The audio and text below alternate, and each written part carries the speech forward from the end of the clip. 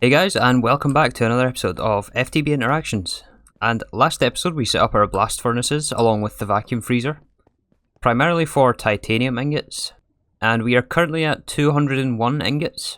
We also automated stainless steel here and regular steel, and we're sitting at 772 stainless. The steel is still more or less where it was. I have to still go mining for iron, but I've just been processing up a whole ton of bauxite over here. And rather than throwing the ore through the macerator, I just made this emerald hammer. I put on Fortune 4 and efficiency on breaking. So right now we have 14 in this stack. If we break 1, that was what? Another 14 for 1 ore. And then this crushes down to even more dust. So yeah, I was able to get so much rutile doing this. It just takes a long time in the blast furnace. But anyway, the plan for today is to start working towards the next planet, which is Aurelia, I believe. No, Euclides Prime, which is right here in the quests. There's still quite a lot gating us from getting to this planet. So we have to gather some thorium ore using the Mark of the Fallen Tower ritual.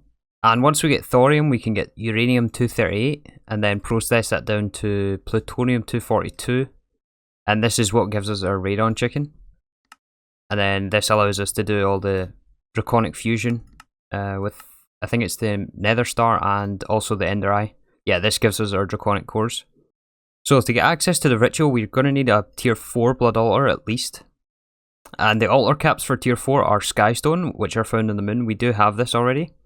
But we do need to craft up some more slates to upgrade our altar. So right now I think we're only at tier 3, so we have to take it up one more tier. Which means we have to make imbued slates. This is from the reinforced, which is then from the blank slates. And this is in the mixer with Nocturnal Powder, which we now have quite a bit of from the Moon Dungeons we've raided. Arcane Stone is easy, and then Life Essence, which we can get from our DML setup right here. So I'm going to gather up a bunch of runes and upgrade our altar to tier 4.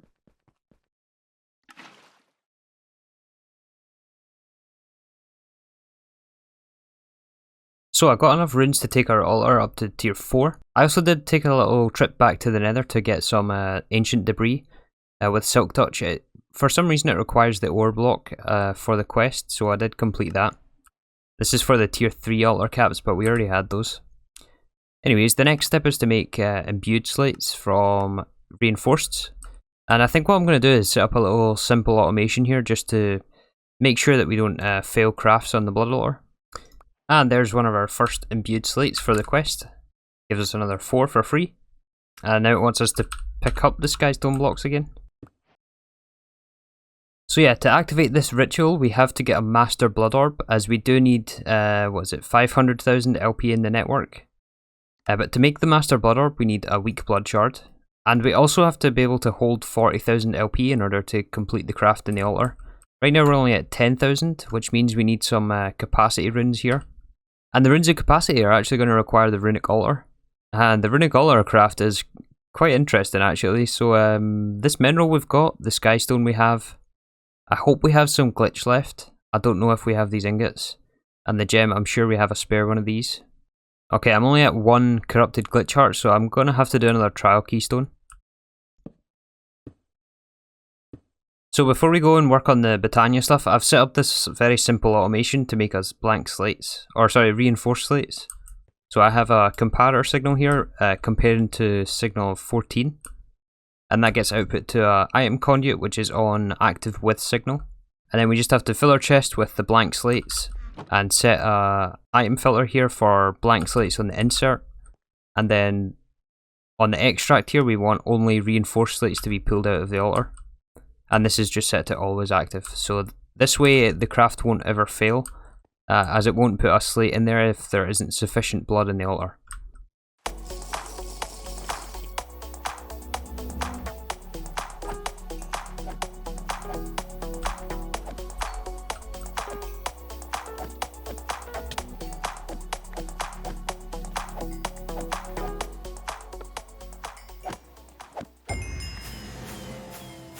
Alright, that wasn't too bad. 20 glitch hearts, let's make our glitch ingots with that. Then we just have to left click the glitch hearts on some obsidian. And then we combine the glitch fragments with gold and lapis. And this should give us our ingots, which it does. and also completes a chapter apparently, and gives us the system glitch soul. I'm not actually sure what we do with this. But anyways, that's our glitch ingots, and that's one part of the Runic Altar. And in fact, I think we have the rest of this stuff. Let me gather up the aspects, and we'll try to do this craft. It is dangerous, so hopefully we have enough stability for this. So I got the rest of the bits for the craft. It turns out we did actually have one of these gems, which was handy. And I'm just trying to gather up the aspects here.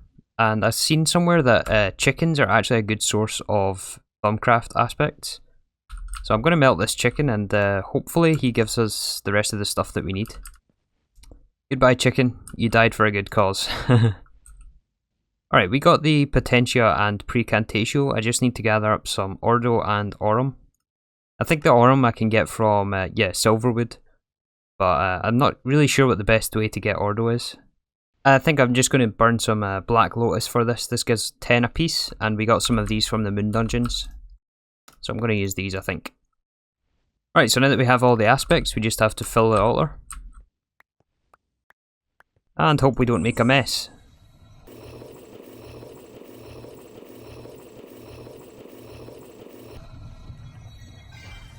Haha, success. And a quest.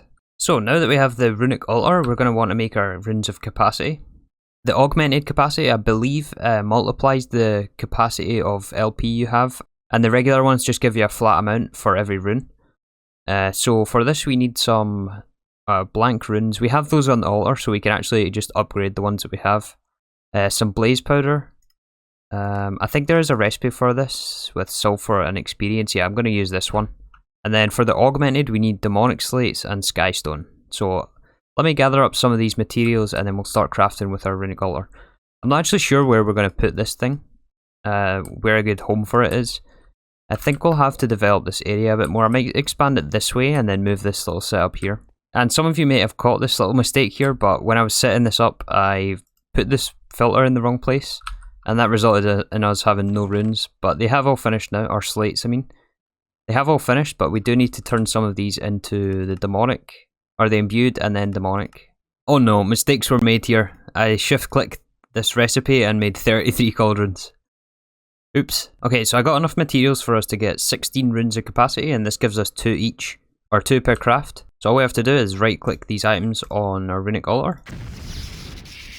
And then we can link the mana spreader over here. And then very slowly, we're going to get our runes. I would like to get the next tier of mana spreader, but we have to progress a bit in Botania, so... Actually, what does it take for us to get that? I think we have to do all the elven stuff. I mean, I guess we can do this by now. Once there's enough mana zapped on the altar, we can give it some living rock, and then hit it with our wand, and we get our runes. I have to do this 16 more times. To speed this process up a little bit more, I'm actually going to use this petrol petunia that we found in the Moon Dungeons. And what this will do is it will actually burn fuel. We are absolutely swimming in diesel right now. So if we place fuel next to this thing, this will generate it mana. All we need is a mana spreader to transfer it. And we can place this guy right here, and I think link it straight into this. And then link these two together. And what am I doing wrong here? Does this have to be linked to the tank? Okay, apparently this fuel has to be 1 block below the petrol petunia. And then looks like we have to move this mana spreader as the lever is blocking it. There we go. That's going to give us way more mana to work with, and should speed this up a little bit more. Another thing we could do to speed it up is actually sparks. Can we make sparks yet? Pristine blaze matter and liquid starlight. I don't know if I have a blaze data model is the problem. It's probably worth training up a blaze, but I did get a wither skeleton data model last night, so this is currently in our simulation chamber. Anyways, I'm going to finish up the rest of these runes, and then we can move on with our blood magic.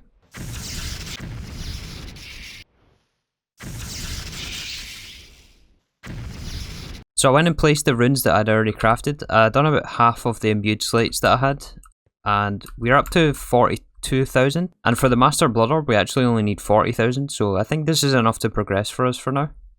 So to make our Blood Orb, we're going to want a weak blood shard, which we can get from a bound blade. And we can get the bound blade by combining our binding reagent with a diamond sword. Very cool animation here. And there's our bound blade. I think we just have to kill a mob with this and we should get our weak blood shard. I'm going to grab 2 or 3 of these things though. Aha, I got one. And there's an army of mobs out here.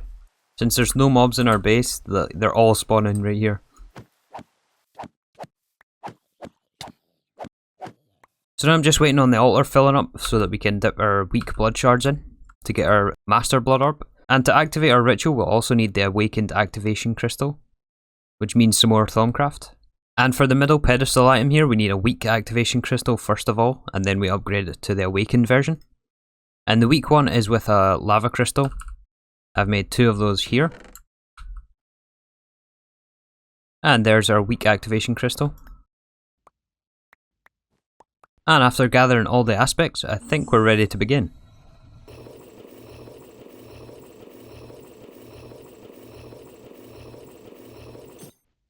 Let's see if our blood altar has enough blood in it for our master blood orb.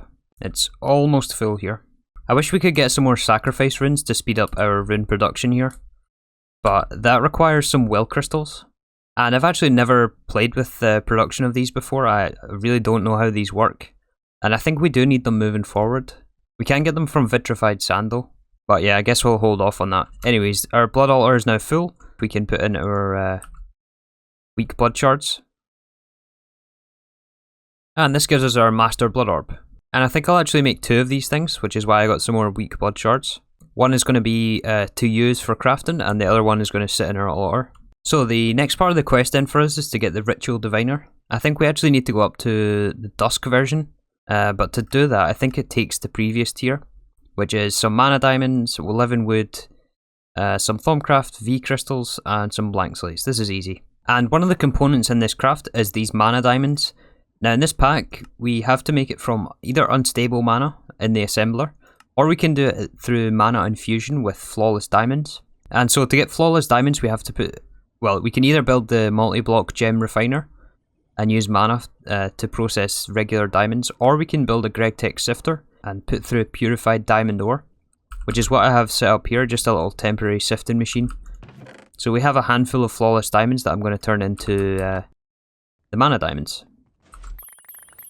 And with those we can make our Ritual Diviner.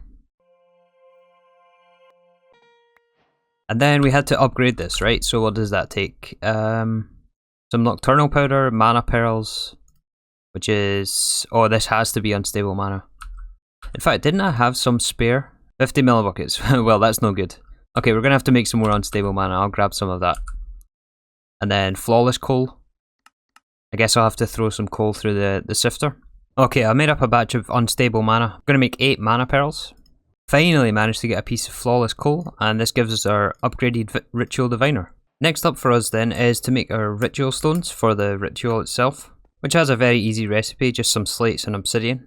And we'll also need a master ritual stone, I believe. There we go. That will also be a quest, and this gives us some ritual stones to work with. I don't know if this is going to be enough. I guess there's only one way to find out. Let's build this thing and see if it accepts the amount of ritual stones we have. So I think we can just right click with this once we select the Mark of the Fallen Tower ritual. If we hold right click, and it looks like we are short some. Let me find out how many we need and craft the rest. So apparently it takes 100 ritual stones, which is way more expensive than what I thought. So I started some more reinforced slates. But we're also going to need this black quartz catalyst.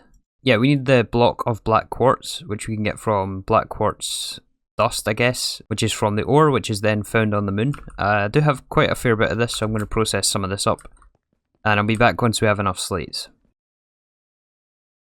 So since this is going to take quite a bit longer than I expected, we have to wait on all the ritual stones and also 500,000 LP in our network. So just to keep an eye on things, we can make a divination sigil. This will tell us how much LP we've got.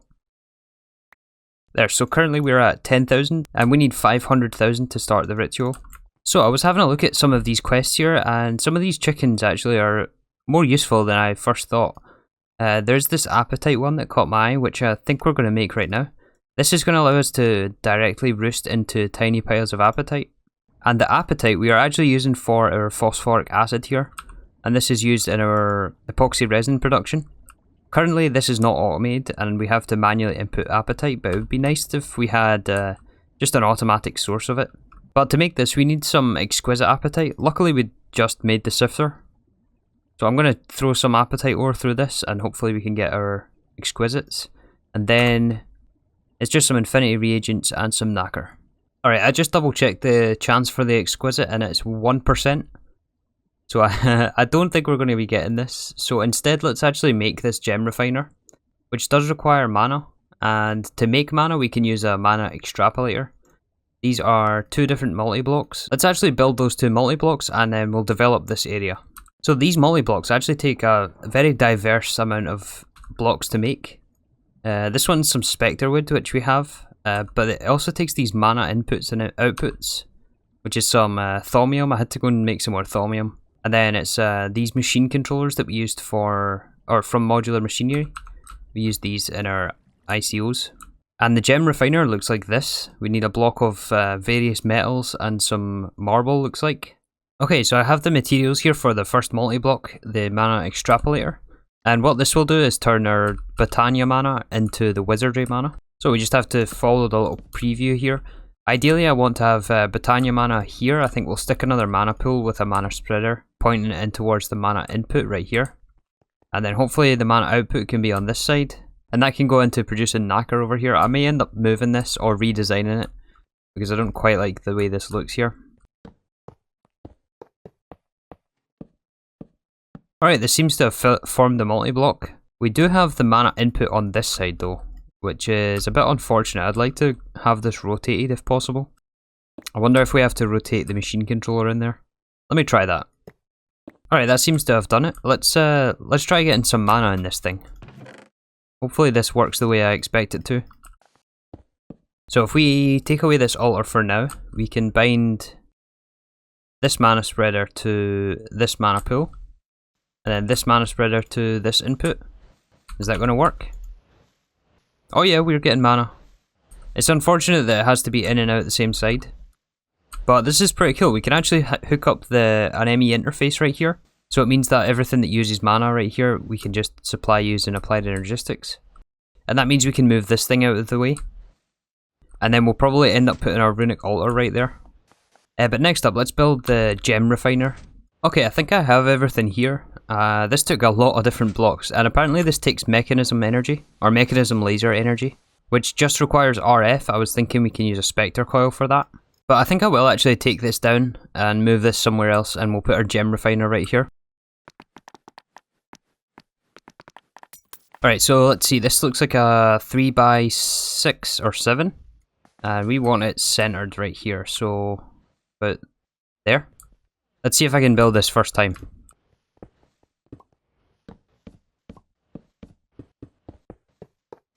Looks like I'm just missing one more mana input hatch in the top. Okay, I got our input hatch, and I guess that means we have to put a mana spreader on here. Maybe one block up. And I'm actually not sure, can we put like mana spreaders into other mana spreaders? I think so, right? So for example, if we have a mana spreader or a mana pool right here, I'm going to actually change this guy to its own mana spreader for the Botania. Now I think I have one more spare. Yeah, last one. Can we point this at this one? That should be working, right? Oh yeah, it's filling up now. Alright, so I also kind of want to switch this round so that the mechanism heat is coming from the back. Which means the whole structure is probably going to have to be turned round. Because modular machinery doesn't like being modular apparently. Let me figure this out. Alright, I managed to spin the whole thing round. Now we have to hook up our mechanism laser. Which I think should just be as easy as pointing it straight in. Oops, not there. And then if we give this a spectre coil, will you work? I don't know if this will transfer the power like this. Oh, that seems to work. Oh, maybe not. It actually broke our block here. That's not what we want. Okay, turns out what we actually want here is a resistive heater. I don't really know why the laser doesn't work, because that's what the quest gives us, but hopefully this does the job. And now let's try throw in some Apatite. Hopefully this gives us our exquisites. Oh, that's the output. Has to be in the input slot. And I'm also putting in the wrong item here. We need flawless apatites, not regular. Hold on. Let's try this again. This is our only flawless apatite, so hopefully this works. Still missing input item. Maybe we just need enough heat and enough mana here. I'll give it a second. Oh, we need 2 flawless apatite.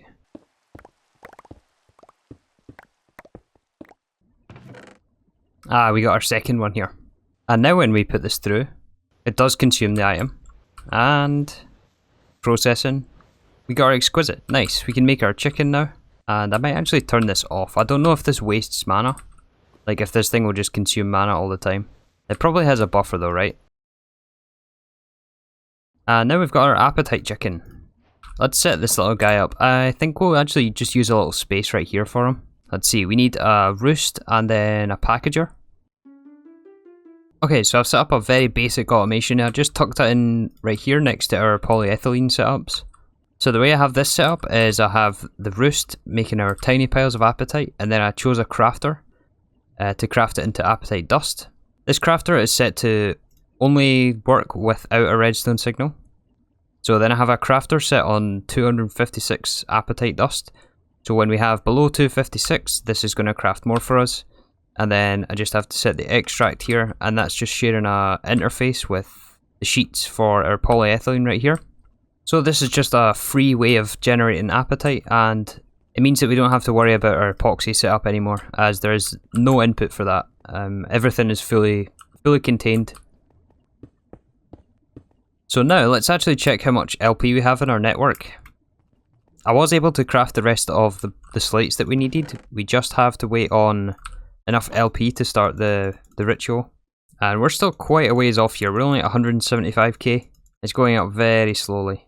Okay, so unfortunately I don't think we're going to get this ritual done today. We're only at 200k and it's getting quite late here, so instead let's hook up our ME system over to the Botania area. I would like to get the mana into our system. So let's first of all make a 1k storage for our mana, and we'll partition this. This is going to be for wizardry mana. And I also crafted up a whole lot more covered cable so that we can make our dense, and then make it dense smart cable. Might as well make a full stack. Oh, we're out of glowstone. So I think what we'll do is we'll send the mana straight into our fluid interface. I'm going to use one of these liquid translocators. I found these in one of the moon dungeons. Now we have to hook this guy up to our system over there. So let's think what the most efficient way to route this cable is. Probably just straight, as the main connection is over there. Okay, I think this is our line right here. We can P2P, and then I'll smart cable on each end just to see how many channels we're using. Hook this up, and then we need our memory card. And we'll pick a tunnel on the controller. Probably makes sense to use one on the same side of the base. So we'll use this one here. So now that that's linked down there, this should empty out of mana, which it has. And I guess while we're here, we can also hook up the Petropetunia, which should be around here. Yeah, right here is the tank for the Petropetunia. So we can hook up diesel. So we can just filter this fluid interface and then hook this guy up. And then put some conduit to transfer the fluids. And there we go, we have diesel. I hope that this Petropetunia doesn't just infinitely consume the diesel, even if it has nowhere to put it. So if you know about that, maybe leave it in the comments. But in fact, yeah, maybe I'll switch this off until I figure that out. Just because I don't want this burning all of the diesel while we're not here. But yeah, I think this is a good point to wrap this episode up. I'll probably do some more building here and try to make it look a little bit better. I might end up moving this clay, and obviously our DML setup isn't going to be here. We're going to build a separate room for that. And yeah, we'll come back next time and do the Mark of the Fallen Tower ritual. And then that leads us into draconic cores and all of this fun stuff. I noticed that this also takes EV, so we'll probably be starting the next tier very, very soon. But there's still lots for us to do. Like, we have to set up auto crafting and ore processing, all of that fun stuff. But that's going to do it for now. Thank you again for watching, and I'll see you tomorrow for some more FTB interactions.